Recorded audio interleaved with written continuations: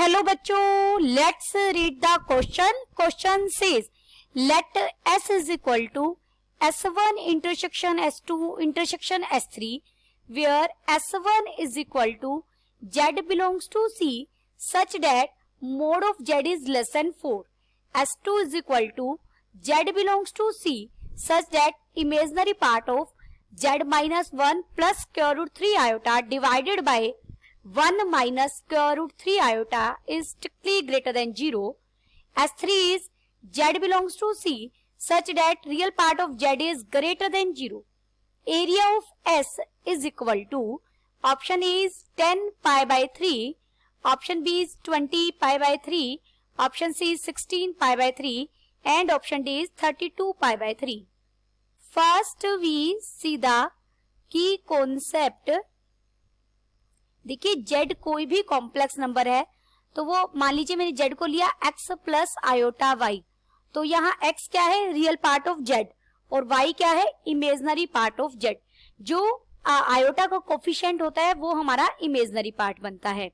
यहाँ हम एक और चीज ध्यान रखेंगे, हमें पता होनी चाहिए, जैसे mod of z minus a is less than equal to r क्या है, एक सर्कल के इंटीरियर और बाउंड्री को रिप्रेजेंट करता है.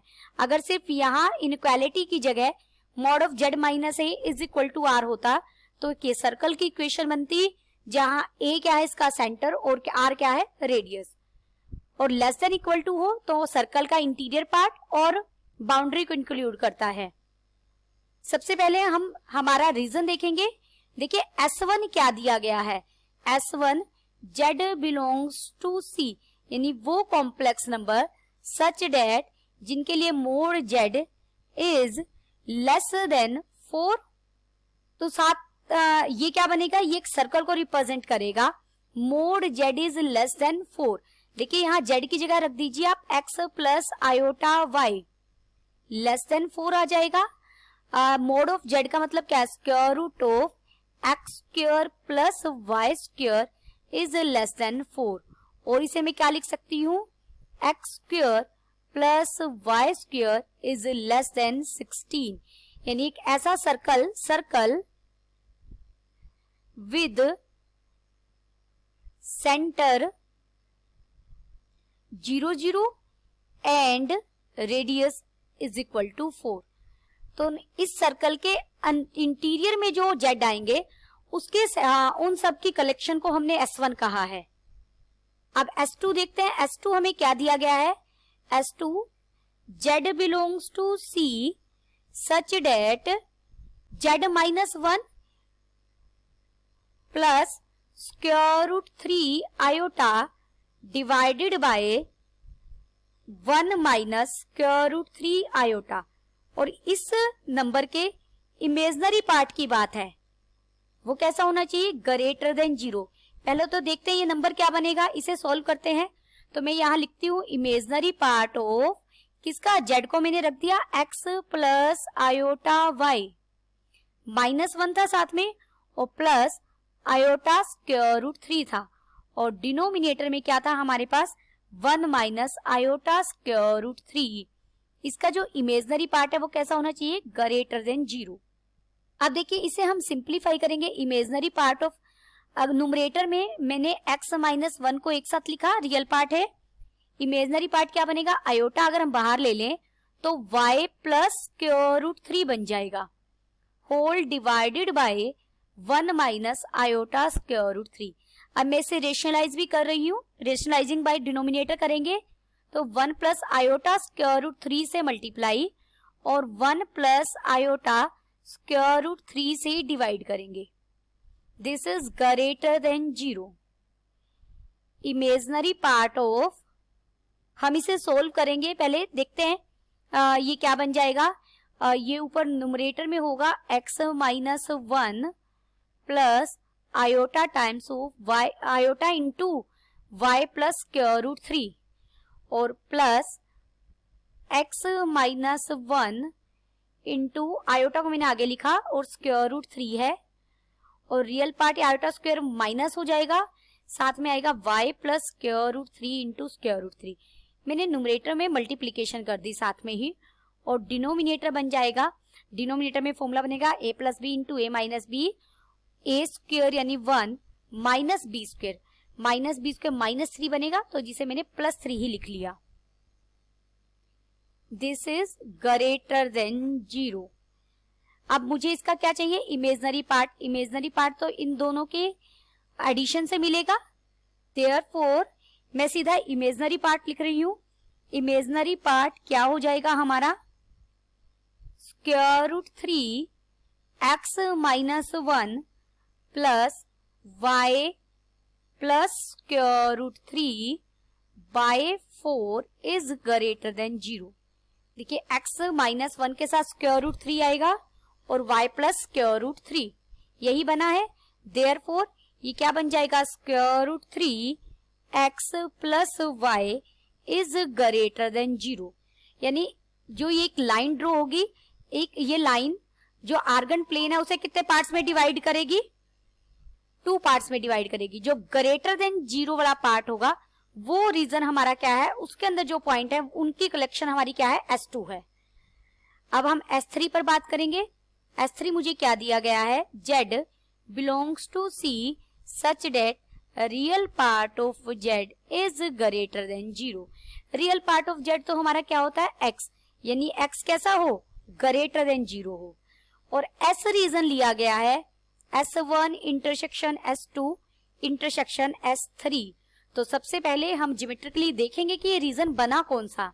ये मैंने y एक्सिस ली है और ये हमने x एक्सिस ली है। सबसे पहले S1 रीजन क्या था, एक सर्कल ड्रॉ करना हमें जिसका सेंटर क्या हो 0 0 और रेडियस कितनी हो 4। मान लीजिए यहां कहीं मैंने 4 लिया और इधर 4 हो जाएगा। आप एक सर्कल ड्रॉ कर लीजिए, ये हमने सर्कल लिया, सेंटर है जिसका 0 0, रेडियस है 4। S1 रीजन क्या होगा, इसका अंदर वाला पार्ट। अब S2 पर बात करते हैं। S2 क्या थी, एक लाइन ड्रॉ कर रहे थे हम, square root 3x plus y is greater than 0। सबसे पहले आप एक लाइन ड्रॉ कर लीजिए, उसके लिए आप square root 3x plus y is equal to 0 लीजिए। अगर यहाँ हम x को 0 लेते हैं तो मुझे y भी कितना मिल रहा है, 0। तो ये x एक्सिस को ओरिजिन से क्रॉस होती हुई जाएगी ये लाइन हमारी, और ये कुछ लाइन इस तरीके से बनेगी। और हमें क्या लेना है, इसके ग्रेटर वाला पार्ट लेना है। ग्रेटर वाला पार्ट ये ऊपर वाला आ जाएगा रीजन, ये सारा रीजन। देखिए सर्कल के लिए आया था ये सर्कल का इंटीरियर पार्ट सारा, और अब जो हमने S2 रीजन लिया है वो सिर्फ ग्रेटर वाला पार्ट बता रहा है।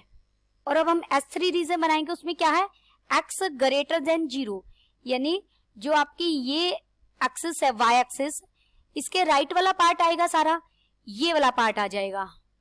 अब देखिए ऐसा रीजन जहां पर तीनों कलर्स हैं, यानी ग्रीन भी है, ब्लू भी है और रेड भी है, तो S हमारा वो शेडेड रीजन हो जाएगा, S1 intersection S2 intersection S3।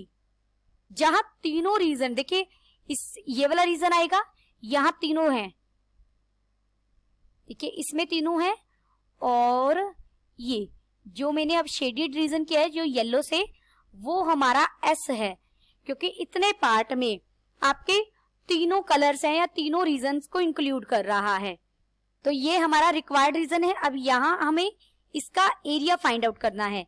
इसका एरिया हम कैसे फाइंड आउट करेंगे, देखिए area of S, area S।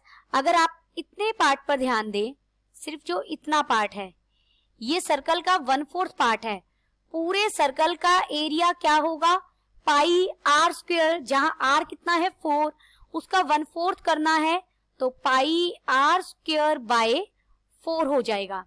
Plus दूसरा रीजन कौन सा है, देखिए ये एक सेक्टोरियल एरिया बन रहा है, ये वाला, ये सेक्टर बन रहा है।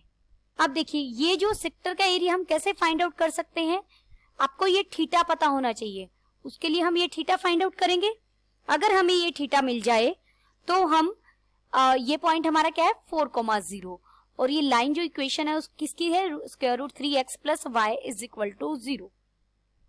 Square root 3x plus Y is equal to 0 कितना एंगल बना रही है, देखिए क्लॉकवाइज डायरेक्शन बना रही है तो एंगल नेगेटिव होगा, और कितने डिग्री का बनाएगी ये आप निकाल सकते हैं, इसके स्लोप की हेल्प से भी निकाल सकते हैं। यहाँ पर ये 60 डिग्री आ जाएगा आपका, 60 डिग्री होगा ये एंगल, आप स्लोप की हेल्प से भी निकाल सकते हैं। तो इस पार्ट का रीजन क्या हो जाएगा, 60 degree divided by 360 degree multiplied by pi R square. यहाँ पर आर को हम 4 रख देंगे तो ये बन जाएगा पाई मल्टीप्लाइड बाय 4 का स्क्वायर बाय 4 प्लस ये हो जाएगा 1/6 मल्टीप्लाइड बाय पाई और आर कितना है 4, 4 का स्क्वायर। यहाँ हो जाएगा ये 4 पाई प्लस 8 पाई बाय 3, इसे आप सोल्व करेंगे तो ये आ जाएगा 20 पाई बाय 3। देयरफॉर हमारा ऑप्शन कौन सा सही हो गया, option B is correct. Option B हमारा सही होगा। Hope you understood it well, best of luck.